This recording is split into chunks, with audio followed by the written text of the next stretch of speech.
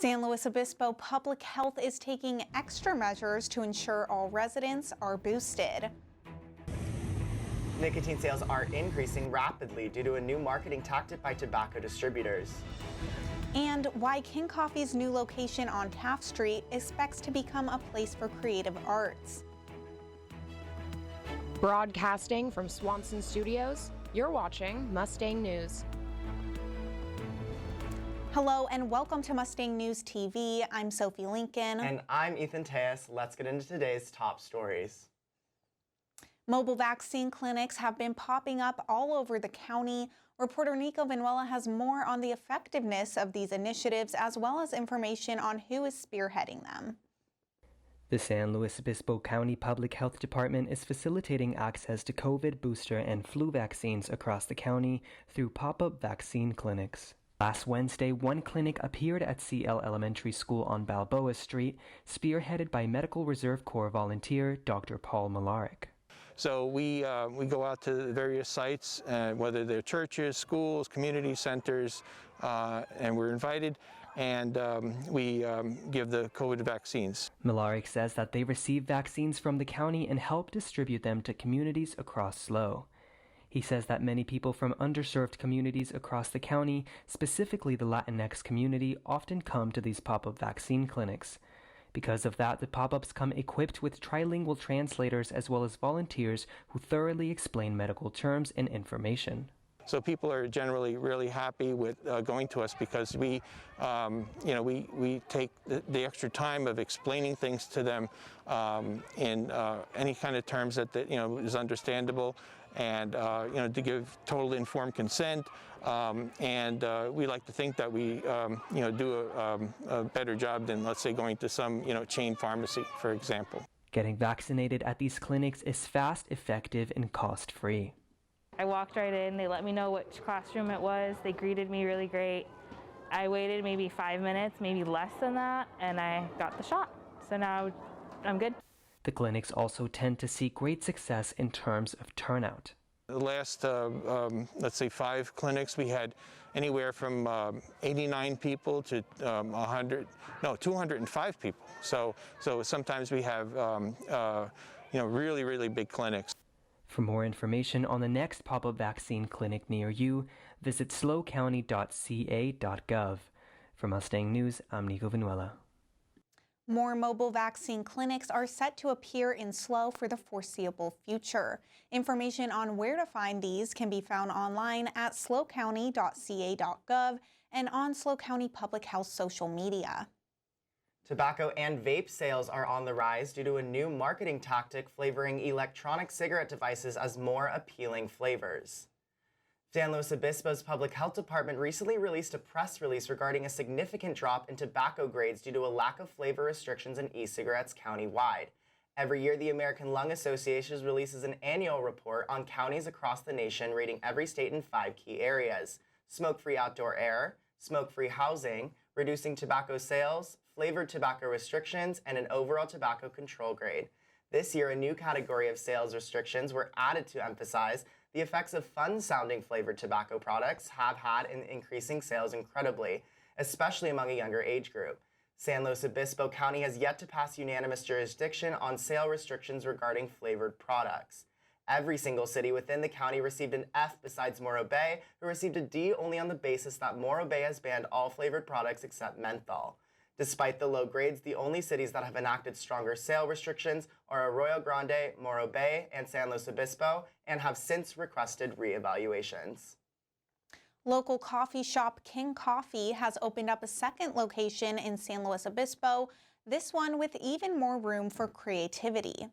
King Coffee's newest location off of California Boulevard aims to use its larger space to foster a creative workspace for community members. We would do like filming here. We would record people to do their like podcasts and or their live music, and we could put it on the web for them. But everything would be digitally recorded and audio recorded, and we'll have like some really cool like backdrops and stuff like that. According to Kin Coffee owner Julian Contreras, creativity is limited in the other location downtown as it is a historic building and cannot be altered. In addition to offering a creative space, King Coffee also emphasizes inclusivity as one of its main goals. It feels like a very queer-friendly space for someone who holds a queer identity, and then just seeing the activism that they put in for the communities of color and everything going on in SLO. King Coffee also partners with other local businesses and even sells prints by local artists in its shop. So the idea is basically to bring some of that stuff back and keep it in a more neighborhood, local cafe. Contreras says this second location is just the beginning of Kin's plans for expansion and collaboration. More information can be found online at kingcoffeebar.com. The new location is located at 1340 Taft Street next to Tiger Rose Tattoo. After the break, the ball is in reporter Nico Vanuela's court. We will give you the latest in Mustang news sports. Here she comes. Hi, Krista. Take you, Jamie, to be my wife. When we found out that we were pregnant, we were just elated. We were just sitting there waiting for the pediatrician. She said she won't be taking you in as a client.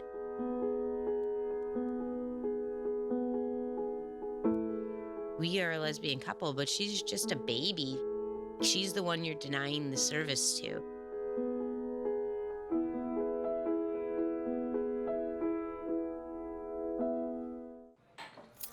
What do you think you're doing, Kevin?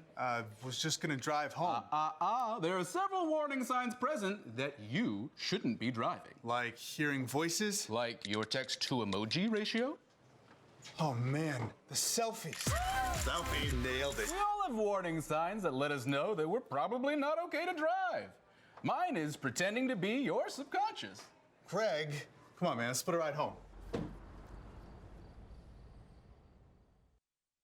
Welcome back to Mustang News, and now is here your weather update with Jack. Hello, my name is Jack Clark, and I am here with today's weather forecast. You can expect a lot of sunshine today with a high of 80 and a low of 43 degrees in the evening. There is a 0% chance of rain, but there will be some mild winds clocking in at 11 miles per hour, as well as some slight humidity at 34%. Our beaches are looking very nice with consistent warm weather. Cayucos and Avila Beach will see high temperatures of 74 and 75, while both beaches will hit a low of 51. Oceano and Pismo will reach highs of 76 and 77, with both beaches experiencing a low of 44 degrees. Finally, Morro Bay will see a high of 72 and a low of 47 later in the day. Now, looking ahead at our weekly forecast, you can expect a very warm week. Again, today we will have a high of 80 degrees and a low of 43.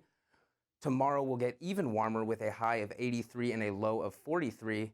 Thursday's temperature will also increase, reaching a high of 85 and a low of 48, while the good weather will continue into the weekend with Friday and Saturday both experiencing highs of 83 degrees and lows of 50 and 49. That is all for your weather forecast. Now we go to Nico for your sports update. Thank you, Jack. And now moving on to sports, Cal Poly's men's basketball team lost their game to Long Beach on Saturday with a score of 78-65.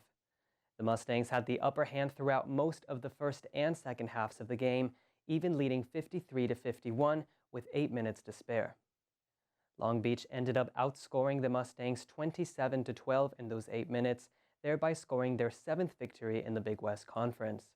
Despite the loss, the game saw some personal bests for some of Cal Poly's players. Sophomore guard Kobe Sanders sank 5 3-pointers in addition to a career high of 22, a personal best for him. Junior forward Ali Mami Karoma also recorded his 3rd career double-double, scoring 15 points and 12 rebounds. The Mustangs are set to play Cal State Northridge on Thursday, February 10th at 7 p.m. inside the Moth Athletic Center on campus. That's all for sports. Sophie and Ethan, back to you. Stay tuned for more on Mustang News after the break. Titans go! When the Teen Titans go to the movies, they know the best way to travel is safely. Road trip! You know it's super. To keep your child safe, be sure to use the right car seat for their age and size. Exactly. Hollywood, here we come! The Atom has arrived! Have a seat, my dude. For more information on finding the right seat, visit nhtsa.gov/the right seat. Impressive.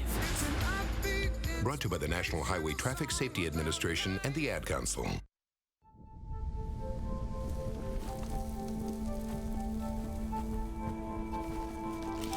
Eva Marie smoked 12,000 packs of cigarettes over 15 years. She quit, and now there's a new lung cancer screening that could save her life. You stopped smoking. Now start screening. No matter how much you smoked, early detection could save you. Talk to your doctor or learn more at savedbythescan.org.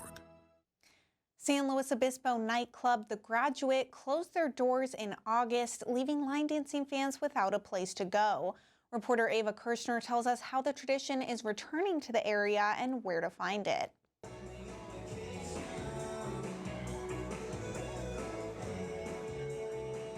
For those who miss nights filled with country music, cowboy boots, and line dancing, you're in luck because this San Luis Obispo tradition is back.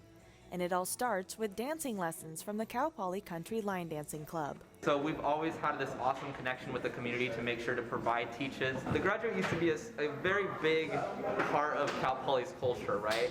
Like if you went to Cal Poly and didn't line dance or go to the grad at least once, you were probably doing school wrong. While the community connection is still there, the new business is separate from the original Graduate, with a new location, name, and schedule. But the staff says that the student spirit is still the same. We always had great interaction with Cal Poly, and especially for our country night, it was always packed. You could have called it really our college night. The grad will be open from 6:30 p.m. to 11 p.m. on Thursdays at their temporary location, the SLO Guild Hall. And if it's your first time out on the dance floor, here's a little advice. If you have no idea what you're doing, don't stand in the center, stand off to the side, watch. There's something for everybody, and you just gotta stick at it, and you'll be good in no time. How much do you get out of it? Depends on how much you put into it. For Mustang News, I'm Ava Kirshner. Guild Hall is located on 2880 Broad Street. For updates on times and different themed nights, you can visit the Grad's Instagram at _grad_SLO. Sundays are Capture the Flag Day at Cal Poly, but reporter Torstein Wren details how the new club is struggling this quarter. The Cal Poly Capture the Flag Club has seen massive growth in the last year, but has struggled this quarter to draw student interest. I'm outside the College of Business here on the Cal Poly campus, which on some Sunday nights transforms into a Capture the Flag battlefield. But where is everybody? Yes, there are some people around, but they don't seem to be attempting to capture any flags. The club's most recent meeting on Sunday was canceled due to poor attendance, and one of the club's leaders has some theories as to why the club has failed to catch on this quarter. It is still a school night, and so especially I think what happened here was that it was going into week 5. A lot of midterms are coming up, and people were, rather stay and study for their midterms. Canceling a meeting due to poor attendance is a far cry from the nearly 80 people in attendance earlier last year. Last quarter, dozens of competitors would come out every other Sunday to play large-scale Capture the Flag matches on maps like this one, which stretched from behind the Kennedy Library all the way to the South Perimeter Road.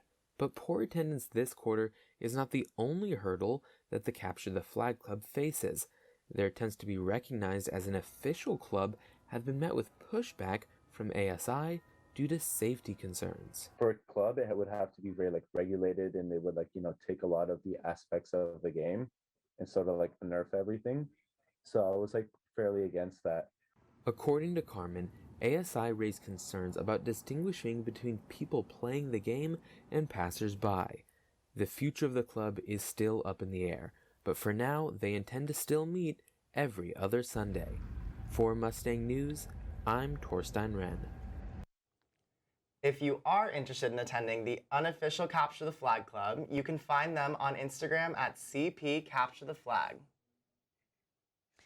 Thanks for watching us on Mustang News. I'm Sophie Lincoln. And I'm Ethan Tejas. Thanks for watching.